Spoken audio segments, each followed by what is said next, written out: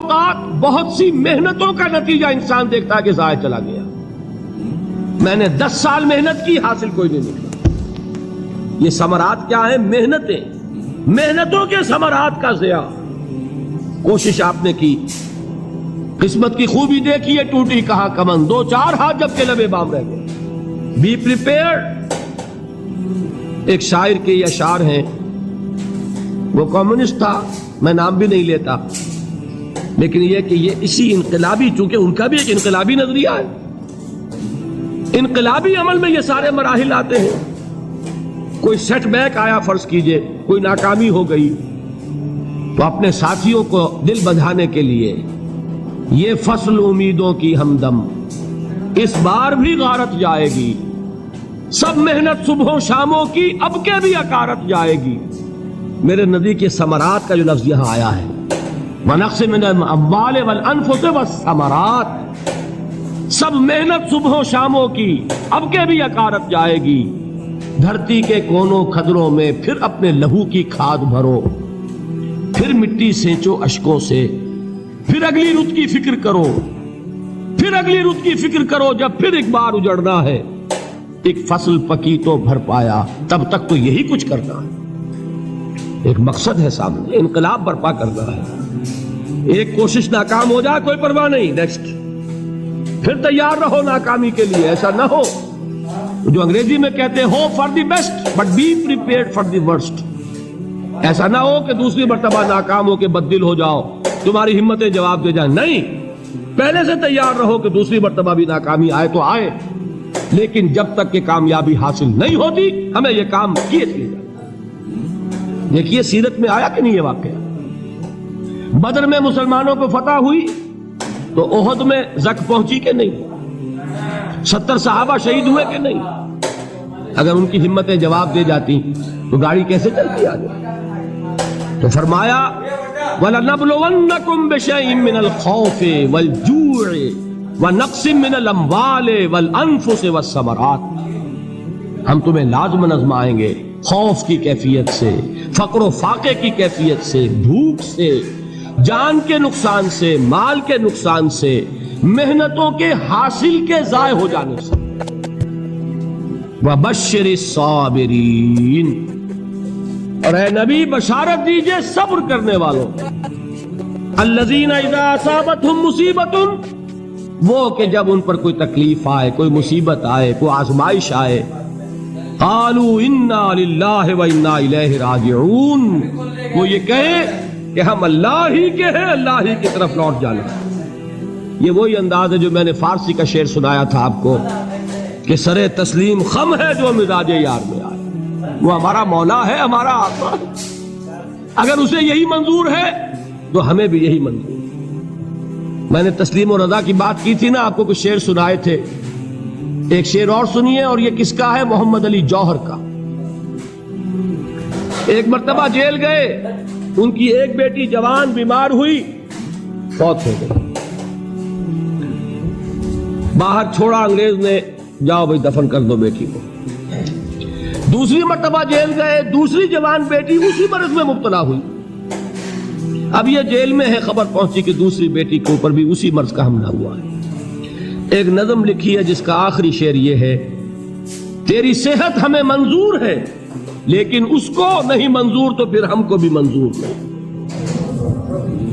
یہ ہے، جب تک یہ کیفیت نہ ہو اس میدان میں آدمی ثابت قدم نہیں رہ سکتا کہ میرے رب کو اگر یہ منظور ہے تو یہی مجھے منظور ہے، اور تیری صحت ہمیں چاہیے تو ضرور، لیکن ہمارے رب کو منظور نہیں تو ہمیں بھی منظور. راضی برضائے رب. وَبَشِّرِ الصَّابِرِينَ الَّذِينَ إِذَا أَصَابَتْهُمْ مُصِيبَةٌ قَالُوا إِنَّا لِلَّهِ وَإِنَّا إِلَيْهِ رَاجِعُونَ. نہ شود نصیب دشمن کے شود ہلاک تیغت، سر دوستہ سلامت کے تو خنجر آسمان. اولئک علیہم صلوات من ربہم ورحمہ، یہی ہے وہ لوگ جن پر ان کے رب کی طرف سے عنایتیں ہیں اور رحمتیں ہیں. وَأُولَٰئِكَ هُمُ الْمُهْتَدُونَ، اور یہی ہے وہ لوگ جو کامیاب ہونے والے ہیں، ہدایت پانے والے، ہدایت یافتہ. اسی سورہ بقرہ میں ذرا آگے چل کر، یہ تو ہے 20واں رکوع، 19واں رکوع. 21ویں رکوع کی پہلی آیت ہے لیس البر ان تولوا وجوہکم قبل المشرق والمغرب ولكن البر من آمن بالله واليوم الآخر والملائكة والكتاب والنبيين وآتى المال على حبه ذوي القربى واليتامى والمساكين وابن السبيل والسائلين وفي الرقاب وأقام الصلاة وآتى الزكاة والموفون بعهدهم إذا عاهدوا والصابرين في البأساء والضراء وحين البأس. اب یہ آیت جو ہے سورۃ العصر میں جو مضامین آئے تھے سارے اس میں موجود ہیں. وہاں ایمان کا لفظ آیا، یہاں 5 ایمانیات کی تفصیل آ گئی، اعمال کی تفصیل آئی، اور آخری بات وہاں کیا ہے وَتَوَاصَوْا بِالصَّبْرِ، اور یہاں کیا ہے وَالصَّابِرِينَ فِي الْبَأْسَاءِ وَالضَّرَّاءِ وَحِينَ الْبَأْسِ، اور صبر کرنے والے. اصل نیکی ان کی ہے جو صبر کریں. کس میں؟ جنگ کے وقت. ذرائے باسائے، باسا کہتے ہیں فقر اور فاقہ. واحد آئے گا باس تو اس کے معنی جنگ، اور باسا جمع میں آئے گا تو فاقہ فقر بھوک. اور ذرائے جسمانی تکلیف، ضرر جسمانی تکلیفوں میں صبر کرنے والے، فقر اور فاقے میں صبر کرنے والے، اور جنگ کے وقت صبر کرنے والے. اولئک الذین صدقوا واولئک هم المتقون. یہ ہیں وہ لوگ جو صبر کرنے والے ہیں، یہ ہیں جو سچے ہیں، جو اپنے دعوے میں نیکی کے اور ایمان کے صادق ہیں، اور یہی وہ لوگ ہیں جو متقی ہیں. اگلی سورت ہے سورہ آل عمران. اس میں 2 لفظ آئے ہیں آخری آیت، یا ایھا الذین آمنوا اصبروا وصابروا ورابطوا واتقوا اللہ لعلکم تفلحون. دیکھیے یہاں صبر اور صابر جو تعلق جہد اور جہاد کا ہے وہی ہے صبر اور مصابرت. صبر ایک طرفہ عمل ہے، آپ جھیل رہے ہیں، برداشت کر رہے ہیں. صبر علی المعصیہ، صبر علی الطاعہ، صبر علی الابتلاء، یہ سب کیا ہے؟ صبر. اور مصابرت کیا ہے؟ صبر کا صبر سے مقابلہ. یہ سورہ آل عمران اب وقت نہیں ہے، میں آپ کو سناتا اللہ تعالیٰ نے کیسے کیسے مسلمانوں سے کہا. مسلمانوں تمہیں زک پہنچی ہے تو انہیں بھی تو پہنچی تھی. ان کے 70 نہیں مارے گئے تھے بدر میں؟ ان کے حوصلے جو ہیں وہ تو پست نہیں ہوئے، وہ اگلے سال آ گئے تم پر چڑھائی کر کے. تم کیوں اتنا برا مان رہے ہو؟ تمہارے دل اتنے زخمی کیوں ہو گئے؟ تمہیں تکلیف پہنچتی ہے تو انہیں بھی پہنچتی ہے. اپنی غیرت جو ہے ہمیں ذرا اس کا جائزہ لینا چاہیے. لوگ باطل نظریات کے لیے کتنی قربانیاں دے رہے ہیں، لوگ باطل چیزوں کے فروغ کے لیے کتنی محنتیں کر رہے ہیں. جیسا کہ میں نے ابھی کہا تھا، اسی غیرت کو چیلنج کرنے کے لیے، ذرا آپ کی حمیت دینی کو جوش دلانے کے لیے. قادیانی نوجوان کتنی تعداد میں اپنے آپ کو دین کے لیے وقف کرتا ہے، اور آپ کتنے نوجوان ہیں جو اپنے آپ کو دین کے لیے وقف کرتے ہیں، اور ہوں وہ کھاتے پیتے گھرانوں کے لوگ.